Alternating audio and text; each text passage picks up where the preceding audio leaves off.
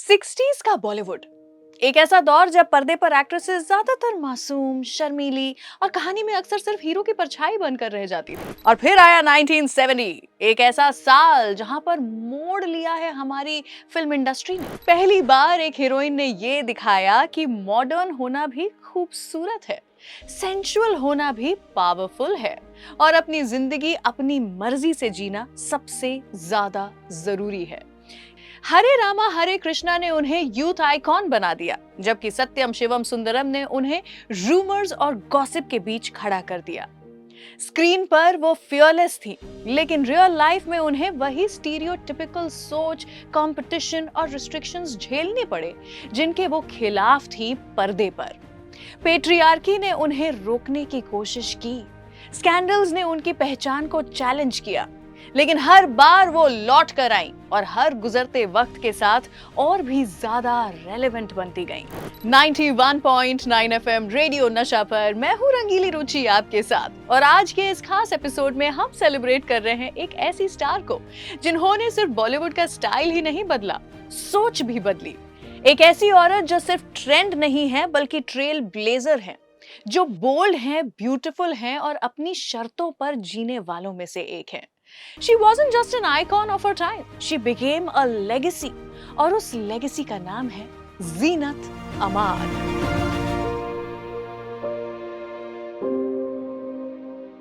19 नवंबर 1951 बॉम्बे। यहीं जीनत अमानुल्लाह खां का जन्म हुआ। उनके पिता अमानुल्लाह खां साहब एक पठान मुस्लिम और इंडियन सिनेमा के लेजेंडरी स्क्रीन राइटर थे, जिन्होंने मुगले आजम और पाकीज़ा जैसे टाइमलेस क्लासिक्स के डायलॉग्स लिखे थे। उनकी मां वर्धिनी एक महाराष्ट्रियन हिंदू थी, स्ट्रॉन्ग, प्रोग्रेसिव और इंडिपेंडेंट। सिनेमा जीनत अमान की विरासत का हिस्सा था, लेकिन उनकी पर्सनल लाइफ की शुरुआत कठिन रही। बचपन में पेरेंट्स का अलग होना और फिर सिर्फ 13 साल की उम्र में पिता का देहांत, इन सब हादसों ने जीनत अमान को बहुत जल्दी जिंदगी की रियलिटी से रूबरू करा दिया। पंचगनी में उनकी स्कूलिंग हुई, जहां उन्होंने अपनी सोच और एस्पिरेशंस को शेप किया। आगे पढ़ाई के लिए वो अमेरिका गई और यूनिवर्सिटी ऑफ सदर्न कैलिफोर्निया में उन्होंने एडमिशन लिया। फाइनेंशियल कंडीशंस की वजह से ग्रेजुएशन पूरा नहीं हो पाया, लेकिन उनके एम्बिशन और सेल्फ बिलीफ बरकरार रहे। इंडिया वापस लौटने पर 1970 उनके करियर का टर्निंग पॉइंट बना। Zeenat Aman first received recognition after winning the Femina Miss India pageant and the Miss Asia Pacific International pageant in the year 1970. But that was just the beginning. कुछ ही महीनों बाद उन्होंने मिस एशिया पैसिफिक इंटरनेशनल जीतकर India को world stage पर proud feel करवाया। Pageants के बाद बॉलीवुड के दरवाजे जीनत अमान के लिए खुल गए। द इविल विद इन, हलचल और हंगामा जैसे अर्ली प्रोजेक्ट्स बॉक्स ऑफिस पर कोई बड़ा कमाल नहीं दिखा पाए, लेकिन एक बात बिल्कुल साफ थी, स्क्रीन पर उनकी प्रेजेंस अलग थी। उनमें वो स्पार्क था जो या तो ऑडियंस को चौंकाता था या फिर उन्हें दीवाना बना देता था। उनके करियर का सबसे डिसाइसिव मोड़ तब आया जब देवानंद एक ऐसी हीरोइन की तलाश में थे जो सिर्फ खूबसूरत ही नहीं बल्कि स्क्रीन पर आते ही ऑडियंस का नजरिया बदल दे। जब वहीदा जी ने रोल के लिए मना कर दिया तो किस्मत ने जीनत अमान के लिए रास्ता खोल दिया। 1971 में वो मोमेंट आया जिसने बॉलीवुड हीरोइंस की इमेज को रीडिफाइन कर दिया। हरे रामा हरे कृष्णा रिलीज हुई और स्क्रीन पर एंट्री हुई जैनिस की, मॉडर्न, फियरलेस एंड अनअपॉलोजेटिकली हरसेल्फ। पहली बार इंडियन ऑडियंस ने देखा कि हीरोइन सिर्फ संस्कारी या मजबूर ही नहीं होती बल्कि बोल्ड हो सकती है, अपने टर्म्स पर ये जिंदगी जी सकती है। दम मारो दम यूथ का एंथम बन गया। जीनत अमान एक ही रात में फैशन, फ्रीडम और रिबेलियन की नई पहचान बन गई। फिल्म सुपरहिट रही, अवार्ड्स उनके नाम हुए और इंडस्ट्री को ये समझ आ गया कि अब पुराने रूल्स काम नहीं करेंगे, क्योंकि उन्हें रीराइट करने वाली एक नए दौर की हीरोइन आ चुकी है। देवानंद जी ने एक बार बताया था कि कैसे जीनत अमान उन्हें एक पार्टी में मिली थी और वहीं तय हुआ था कि जैनिस का रोल अगर कोई करेगा तो वो जीनत ही होगी। Then suddenly I met Zinat Aman in a party, and Zinat was then Miss Asia at that moment, and Zinat also wanted to be an actress and a star, and she knew that I was looking for a girl, and I think that's why she was there in the party. And then we were introduced, and then she walks up to me and she takes out a packet of cigarette from her bag offers me a cigarette. And I take the cigarette and he lights it for me. And the moment he lit it for me, I saw a little light in her eyes. I said, this is my girl in the picture. I said, would you do a picture with me? She said, yes. And will you come for a test tomorrow? She came for the test. And people said, don't take her because she can't speak the lines. Her accent is very effective. I said, I don't care. Accents can be changed. Accents can be dubbed. It's only the expressions that cannot be dubbed. Bollywood में एक नई star का जन्म हो चुका था और सिनेब्लिट्ज magazine के पहले इशू में ही जीनत अमान की कवर स्टोरी से ये कंफर्म हो गया। 1973 में उन्होंने हीरा पन्ना और नासिर हुसैन की यादों की बारात में काम किया, लेकिन सबसे बड़ा धमाका हुआ तब जब यादों की बारात के गाने चुरा लिया है तुमने जो दिल को में वो दिखाई दी। वाइट ड्रेस, गिटार के साथ स्क्रीन पर उनकी एंट्री ने पूरे यूथ को मेस्मराइज कर दिया और जीनत अमान जी को एक इंस्टेंट आइकॉन बना दिया। The girl in white carrying a guitar, इसका लेबल आज तक पूरी कंट्री को याद है। जीनत अमान जी के बाद और कई एक्ट्रेसेस को हिम्मत मिली to be a modern bold woman off screen as well as on screen.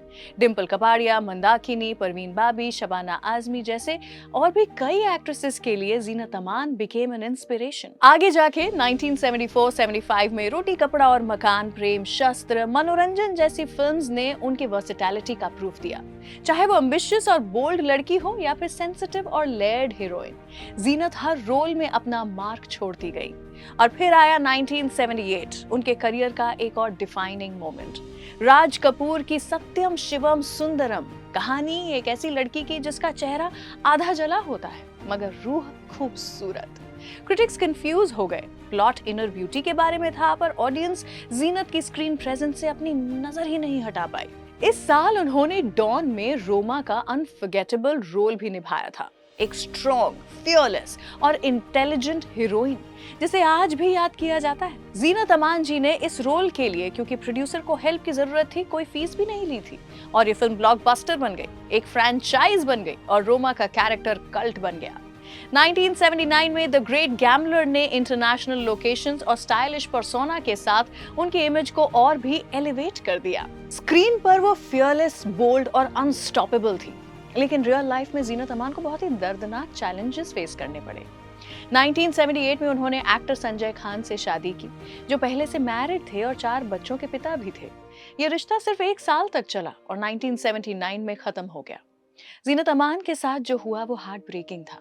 Misunderstandings और जेलसी की वजह से उन्हें फिजिकली हर्ट किया गया, जिसमें उनकी राइट आई पर एक परमानेंट इंजरी रह गई।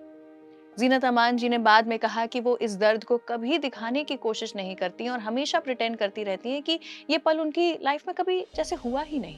1980s की शुरुआत में जीनत अमान ने फिर से साबित कर दिया कि वो सिर्फ ग्लैमर की वजह से नहीं, टैलेंट और वर्सेटैलिटी की वजह से इस इंडस्ट्री में बनी हुई हैं। राम बलराम और अब्दुल्ला ने उनके स्क्रीन प्रेजेंस को और स्ट्रॉन्ग बनाया और अब्दुल्ला ने तो सोवियत यूनियन में भी उन्हें इंटरनेशनल रिकॉग्निशन दिलवाया। फिर आई 1980 की ब्लॉकबस्टर फिरोज खान की कुर्बानी। शीला का रोल और आप जैसा कोई ने पूरे देश को मेस्मराइज कर दिया और यूथ कल्चर पर एक बार फिर जीनत अमान छा गईं। दोस्ताना और सोशली बोल्ड फिल्म इंसाफ का तराजू ने उन्हें क्रिटिकली अक्लेम्ड एक्ट्रेस बनवाया और एक फिल्म फेयर नॉमिनेशन भी दिलवाया। जीनत अमान खुद तो एक ऐसी पर्सनालिटी हैं ही जिन्होंने इंडस्ट्री के परसेप्शंस और बैरियर्स को तोड़ा, पर उन्होंने बाकी एक्टर्स को भी मदद की उनके करियर के ब्रेक थ्रू में। इस डेकेड में उन्होंने लावारिस, अशांति, महान और जागिर जैसी फिल्म्स में अपनी वर्सेटैलिटी दिखाई और मिड 80s के बाद उन्होंने अपनी फैमिली और पर्सनल लाइफ पर फोकस करना शुरू किया। जीनत अमान ने फिर से अपने आप को एक मौका देना चाहा और 1985 में उन्होंने एक्टर मजहर खान से शादी की। मजहर खान के साथ उनके 2 बेटे हुए, अजान खान जो फिल्म मेकर बन गए और जहान खान एक कंपोजर। फिर भी जीनत अमान ने खुद एक बार बताया था कि ये शादी भी उनके लिए थोड़ी कॉम्प्लिकेटेड ही रही until Mazhar Khan passed away in 1998।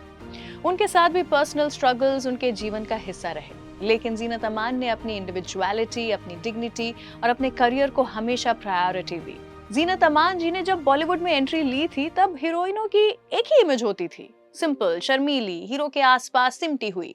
लेकिन जीनत अमान जी ने स्क्रीन पर आते ही ये रूल बुक फाड़ दी। उनकी मॉडर्न सेंसिबिलिटी, वेस्टर्न स्टाइल और अनडिनाएबल अल्योर ने लोगों को हिला कर रख दिया।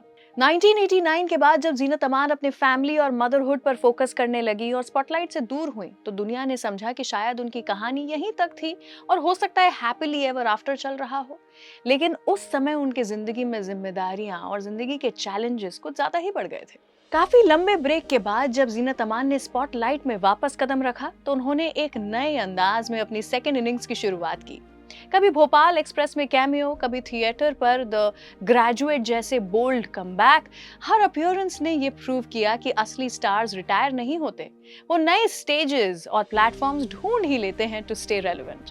Recently, she also appeared in an OTT show, The Royals, जहां उन्होंने Gen Zs को अपनी अदाओं और ग्लैमर से फैसिनेट किया। लेकिन सबसे बड़ा कमबैक जीनत अमान ने एक और स्क्रीन पर किया, Instagram।